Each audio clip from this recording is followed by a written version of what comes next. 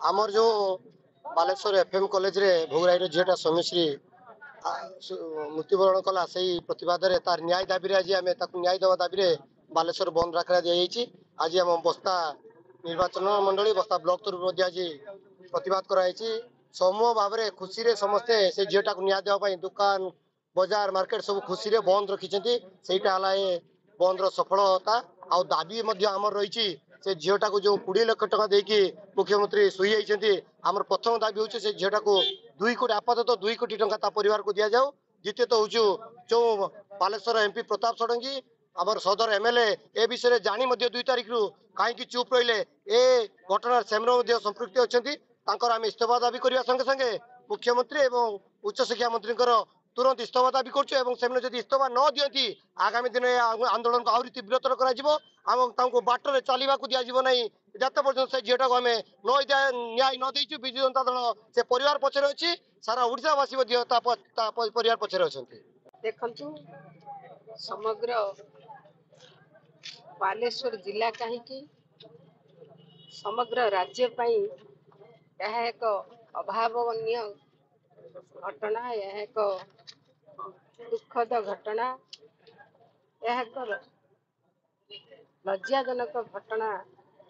जेते निंदा कले मध्य बहुत कम हो।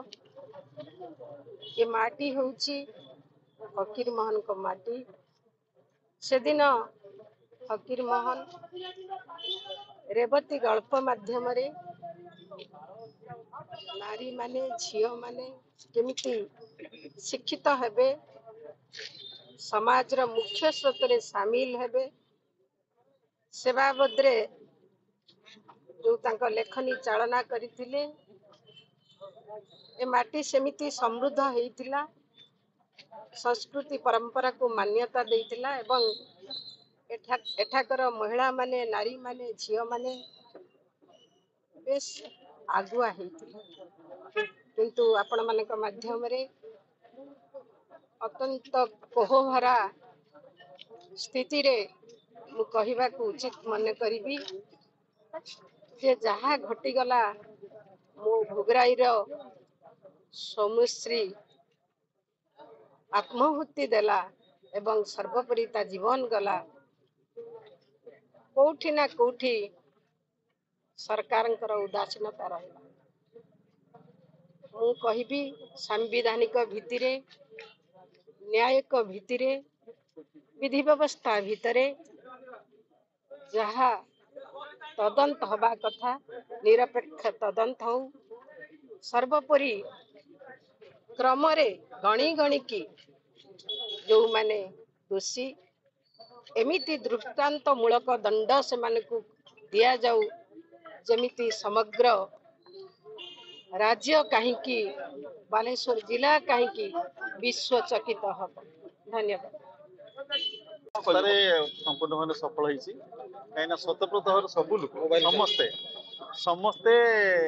एटा को आदर रे ग्रहण कर निंदा कर सफलता को ग्रहण कर घटना निंदा कर इमिति घटना केबे आगु को न घटू से सरकार को यत्नवान होगापाई तत्पर करने आज बंद संपूर्ण भाव सफल होती निश्चित भाव में या विरुद्ध में गोटे दृष्टांतमूलक कार्यानुष्ठान सरकार नियंतु ये हूँ मोर दाबी सरकार निकट में प्रकृत न्याय मिलू जो मैंने दोषी अच्छा जो मैंने परिस्थिति को नेग्लेक्ट कर ये परिसर को तदंत परिसर को टाणा जाऊ।